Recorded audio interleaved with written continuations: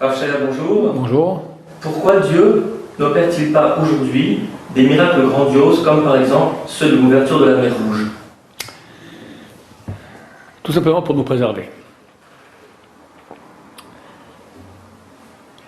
Lorsqu'il y a un dévoilement de Dieu, quelque part notre libre arbitre est diminué et nous sommes quelque part obligés, en tout cas, il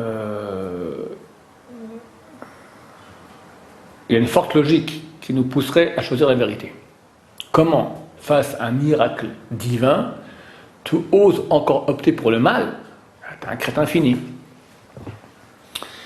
Or, le peuple d'Israël, malgré la vue du miracle grandiose comme la sortie d'Égypte, et même voir la divinité au mont Sinaï, a opté pour faire le mal. Il y a eu les veaux d'or, il y a eu la faute des explorateurs, toutes les plaines dans le désert.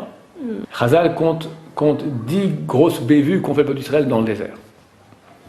Quelque part, face à un dévoilement aussi grand de Dieu, tu optes pour le mal, tu mérites la mort. Et plusieurs fois, Dieu veut éliminer le peuple d'Israël. Bon, Moshe, Rabbeinu, Moïse intercède et Dieu pardonne. Mais, Dieu va dire par exemple, maintenant je serai plus au milieu de vous. Je vais envoyer mon ange. Si moi je suis parmi vous, vous n'allez pas tenir le coup. Parce que, face à un dévoilement de Dieu très grand, si tu choisis le mal, tu mérites la mort. Donc qu'est-ce qu'il va faire Dieu pour nous préserver? Il va se cacher. Il va moins se dévoiler. Il n'y aura plus de miracles aussi grands. Il y aura des miracles pour les prophètes. Il y aura des miracles, mais pas aussi grands que la sortie d'Égypte. Mais à mesure que le peuple d'Israël continue à choisir toujours le mal, Dieu pour nous préserver, qu'est-ce qu'il fait? Il se cache, il se retire. Il se retire, qu'est-ce qui se passe? La vérité est moins accessible, donc l'attraction au mal devient plus grande, donc on choisit encore plus le mal. On choisit plus le mal, donc Dieu pour nous préserver se retire encore plus. On appelle ça la baisse des générations. Afin de nous préserver, Dieu va toujours se cacher de plus en plus, parce que le peuple d'Israël s'enfonce. Pourquoi il s'enfonce? Parce que Dieu se cache. Pourquoi Dieu se cache? Parce qu'on s'enfonce. Aujourd'hui, je pense que depuis une trentaine d'années, on a inversé après avoir touché le fond du panier, la période antécédente à la Shoah, où le peuple d'Israël, dans sa grosse majorité, a quitté la Torah par millions. Et pas comme aujourd'hui, des gens quittent parce qu'ils sont ignares, des gens qui connaissaient bien la Torah. On a touché le fond du panier, et là, tout à coup, il y a, par la miséricorde divine, un mouvement au contraire de Tchouva, où les gens reviennent. Les gens reviennent, donc Dieu commence à se dévoiler, et nous vivons des miracles, on peut dire carrément, ça fait 2-3 000 ans qu'on n'a pas vécu des miracles pareils. Je cite dans quelques cours que j'ai fait sur lava.fr, par exemple, le bouclier d'Israël, le champ de Gaza, les guerres d'Israël, ou un cours exceptionnel, la seule solution, où on voit les miracles de Dieu. On n'a jamais vu ça, intervention d'anges, des miracles, presque, on dirait presque qu'on voit la main de Dieu. Comment ça se fait? Vu que maintenant le peuple d'Israël commence à se rapprocher.